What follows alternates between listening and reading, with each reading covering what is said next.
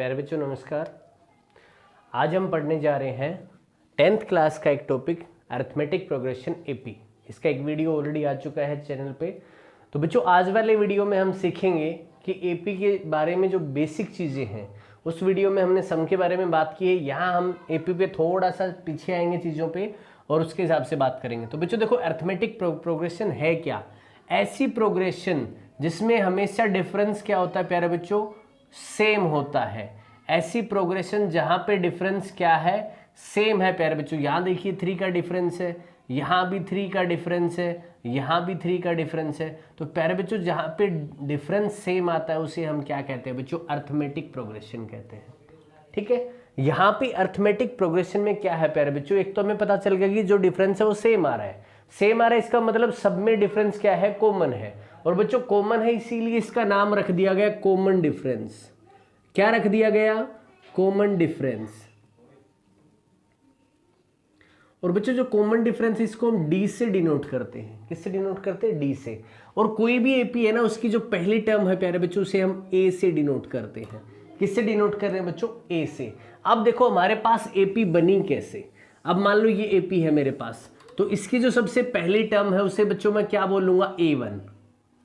दूसरी टर्म को हम क्या बोल लेंगे? A2। तीसरी टर्म को हमने क्या बोला? A3। फोर्थ टर्म को मैंने क्या बोला? A4। इसका मतलब ये है बच्चों, जब ए के साथ में कोई नंबर लिखाएगा इसका मतलब उस नंबर वाली क्या है? वो टर्म है प्यारे बच्चों। उस नंबर की क्या है? वो टर्म है। अब पहले जो पहली टर्म थी प्यारे बच्चों उसको हमने क्या लिखा? A। अब जो दूसरी टर्म है वो क्या है बच्चों? देखो इसमें जो था डिफरेंस 3, अगर मैं ए में ऐड कर दूं तो मेरे पास दूसरी टर्म आ रही है। इसका मतलब अगर ए में मैं डी को ऐड कर दूं बच्चों तो मेरे पास कौन सी टर्म आ रही है? दूसरी टर्म आ रही है। अब देखो क्या था, अगर इसमें और 3 ऐड कर दें तो बच्चों 3 + 3 कितना हो गया? 6। 6 + 2 8। तो देखो बच्चों अगर ए में 2 बार डी को ऐड कर दिया गया तो क्या आ गई हमारी? तीसरी टर्म। तो बच्चों यहाँ पे तीसरी टर्म के लिए मैंने क्या लिखा? ए प्लस में डी 2 बार डी को ऐड किया। और अगर 2 बार डी है तो उसे मैं क्या लिख सकता हूं बच्चों? उसे मैं 2d लिख सकता हूं। तो बच्चों देखो जो तीसरी टर्म थी उसको हमने क्या लिख दिया? a प्लस में 2d। ठीक है प्यारे बच्चों। अब जो फोर्थ टर्म होगी इसी हिसाब से उसको मैं क्या लिख दूंगा? उसको मैं लिख दूंगा a प्लस में 3d। हाँ या नहीं? अब अगर ऐसे ही लिखी जा रही है बच्चों तो मुझे बताओ इसकी जो आखिरी टर्म होगी an, उसे क्या लिखा जाएगा? an का फॉर्मूला बच्चों आपको बहुत बार बताया जाता होगा कि an होता है a प्लस में n-1 इंटू डी। बच्चों ये कहाँ से आया? आज उसी को सीखने वाले हैं हम। हमें पता है फोर्थ टर्म को मैंने बोला a प्लस 3d। बच्चों देखो फोर्थ टर्म तो d से पहले कितना? 3। थर्ड टर्म तो d से पहले 2। सेकंड थी तो d से पहले 1। तो जब nth टर्म की बारी आएगी बच्चों तो क्या होएगा? d से पहले n से 1 कम इंटू में d। तो बच्चों ये a plus n-1 into D कहाँ से आया था? कि हमें जो टर्म निकालनी होती है a के प्लस में d के साथ मल्टीप्लाई उससे 1 कम करते हैं तो n-1।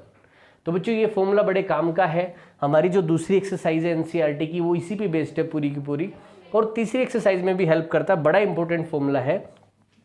अब बच्चों यहाँ पे जो an है उसको हमने क्या कहा है? उसे हमने कहा है लास्ट टर्म। क्या कहा बच्चों? Last term. a क्या है? हमारी फर्स्ट टर्म। n क्या है बच्चों? यहाँ पे नंबर ऑफ टर्म्स। n क्या है? नंबर ऑफ टर्म्स है प्यारे बच्चों। और d क्या है? यहाँ पे कॉमन डिफरेंस। देखो बच्चों आपको चीजें पहचान में आएंगी तभी तो आप उस पर काम कर पाएंगे ना। ये क्या है हमारा? Common difference. तो बच्चों इस तरह से हम क्या करते हैं? अपने फॉर्मूले को बनाते हैं। अब हमारे पास मेन क्या होगा बच्चों? यहाँ पे हमारे पास 4 चीजें हैं, an, a, n और d। इन चारों में से कोई 3 चीजें हमें मिलेंगी प्यारे बच्चों। अगर 3 चीज हमें मिल गई हैं इसका मतलब ये है प्यारे बच्चों कि हम इसमें से जो फोर्थ चीज है उसको निकाल लेंगे। इस पे हम और भी देखेंगे क्वेश्चन। अभी यहाँ देखते हैं बच्चों, जैसे ही आपको थर्ड टर्म बोलेगा ना आप तुरंत समझ जाएंगे इसको मैं लिख सकता हूँ a प्लस में 2d। जैसे ही फोर्थ टर्म बोलेगा आप समझ जाएंगे a प्लस 3d। अगर आपसे कहता है कि 29th टर्म तो प्यारे बच्चों a29 को मैं क्या लिख सकता हूँ? a प्लस में 28d। ये हमारी बहुत हेल्प करता है, बहुत ही ज़्यादा हेल्प करता है। ठीक है प्यारे बच्चों, तो इस तरह से हम क्या करेंगे? इसको बनाएंगे और उसके हिसाब से हम चीज़ों को सोल्व करेंगे। अब देखते हैं कुछ एग्जाम्पल्स। तो देखो बच्चों पहला एग्जाम्पल हमारा, मान लो आपके पास दिया गया है देखते हैं कोई एग्जाम्पल लेके, और कई तरह के सवाल इसमें पूछे जाते हैं। मान लो आपके पास AP दी गई है 3, 11 और 19, और ये आपके पास AP है बच्चों। आपसे कहता है फाइंड द 32nd टर्म। क्या बोला गया इसमें, आपको कौन सी टर्म निकालनी है, 32nd। तो बच्चों हम क्या करेंगे, हमें पता है मुझे निकालना क्या है, A32। अब A32 निकालना तो मेरे दिमाग में सबसे पहले आना चाहिए, मैं इसको लिख सकता हूँ A+31D। मतलब मुझे दो चीज़ें चाहिए, A चाहिए और D चाहिए। देखो बच्चों, अगर आपको AP फॉर्म करनी है, आपको दो ही चीज़ों की रिक्वायरमेंट है, A और D। अगर दो चीज़ें आपके पास है तो आप आराम से AP को फॉर्म कर सकते हैं। तो देखते प्यारे बच्चों, A32। अब इसमें हमने पहली टर्म को क्या बोला था बच्चों, A, और जो D था ना डिफरेंस, वो क्या था बच्चों, वो था दूसरी में से पहली टर्म को घटाना। तो 11 - 3 कितना आ जाएगा बच्चों, 8। तो देखो हमारे पास यहाँ पे A कितना आ गया, 3, D कितना आ गया बच्चों, 8। तो क्या ये निकालना मुश्किल है, बिल्कुल भी नहीं। तो A32 कितना आ जाएगा मेरा, ये आ जाएगा बच्चों 3 प्लस में 31 × 8। तो बच्चों 3 प्लस 8 से करेंगे, 8 × 1 = 8 और 8 × 3 = 24। तो बच्चों जब इसमें ऐड करेंगे तो कितना आ जाएगा, 251। ये देखिए प्यारे बच्चों, कितना आसानी से हम इसको निकाल पा रहे हैं। अगर मान लो ऐसे की बजाय आपसे क्वेश्चन ऐसे दे दे, थोड़ा सा घुमा दे क्वेश्चन को, और आपसे कह दे कि in an AP there are 50 terms. 50 terms, कितनी टर्म्स है बच्चों, 50 है। और AP हमारे पास ये है 5, 9, 13, 17। ये कहता है फाइंड द लास्ट टर्म। आपसे बोला फाइंड द लास्ट टर्म। तो बच्चों जब लास्ट टर्म आपसे पूछ रहा है तो सीधी सी बात है, या तो आपको n पता होना चाहिए। तो देखो उसने कहा AP में कितनी टर्म्स है, 50। तो बच्चों ये इस 50 ने हमें यही बताया कि यहाँ पे n कितना है, n 50 है। यहाँ पे n कितना है, 50। बच्चों मुझे लास्ट टर्म निकालनी है। लास्ट टर्म को मैं क्या लिखता हूँ, an, और अगर n 50 है तो मैं इसे क्या लिखूंगा, A50। और बच्चों A50 के लिए मैंने क्या सीखा है, A प्लस में 49D। तो बच्चों यहाँ पे A प्लस 49D करेंगे तो A कितना है यहाँ पे, 5। A कितना है, 5। ठीक है प्यारे बच्चों। और यहाँ पे D कितना होगा, 9 में से 5 गया तो 4। तो A 5 है तो 5 प्लस में 49 × D कितना है बच्चों, 4। तो ये आ जाएगा 5 + 9 4 जा 36, 3 और 16 और 3 19। और बच्चों इसमें ऐड करेंगे तो 201। अच्छा अब आप बोलेंगे सर आपने एक फॉर्मूला लिखा था EN का, क्या उसको यूज़ कर सकते हैं? बच्चों मैंने उसी को यूज़ किया है, यही तो था ना हमारा फॉर्मूला। तो देखो A कितना था हमारा, 5, और प्लस में n कितना था बच्चों, 50। 50 - 1 × D कितना था बच्चों हमारा, 4। तो एक बात बताओ, 50 - 1 कितना होगा, 49। मैंने भी तो वही यूज़ किया, 49D। तो बच्चों ये सीधा भी हम इसको लिख सकते हैं। तो इस तरह के इसमें एग्जाम्पल्स आते हैं। आपको कुछ नहीं करना होता, आपको ये ढूंढना है कि आपको क्या चीज़ दी गई है, उसका क्या मीनिंग है बच्चों। जैसे आपसे पूछ लेता है कि इन एन AP, आपको एक AP दी गई है, मान लो आपको AP दी गई है -8, -4 और 0, 4, 8, और आपसे पूछ लिया जाता है is 150 is a term, is 150 is a term of this AP? क्या 150 इस AP की टर्म है?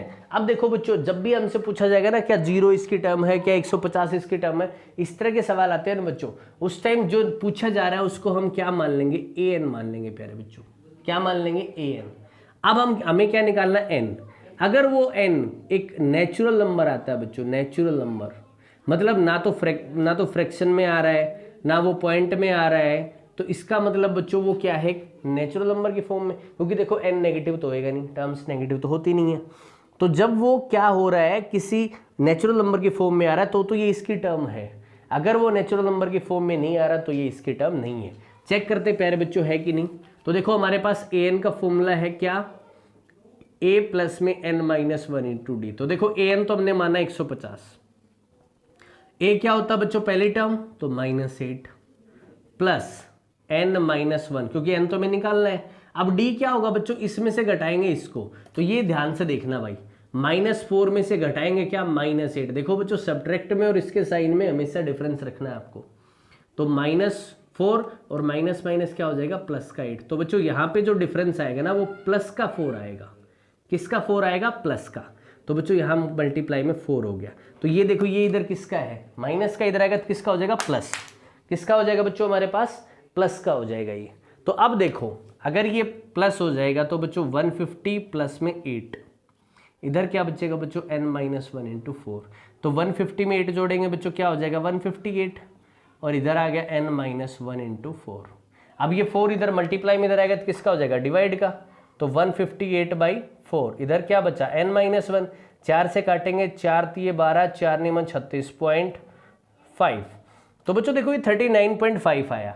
अब ये 1 इधर माइनस इधर आएगा तो किसका हो जाएगा, प्लस। इसका मतलब n हमारा कितना आएगा बच्चों, 39.5 प्लस 1, तो ये तो 40.5 आ गया। किस में आ गया, पॉइंट में, पॉइंट में आ गया। इसका मतलब ये इसकी टर्म नहीं है प्यारे बच्चों, ठीक है। तो इस तरह से हम क्या करेंगे, इनको चेक करेंगे। तो बच्चों देखो इस तरह के क्वेश्चंस हैं, आपको एक फॉर्मूले पे काम करना है और इस एक्सरसाइज में आपको कोई भी दिक्कत नहीं होने वाली है। तो बच्चों इस पे काम करें, फिर भी कोई डाउट आता है तो ज़रूर पूछें और खूब मेहनत करें। इसके लिए आज के लिए इतना ही बच्चों, थैंक यू सो मच।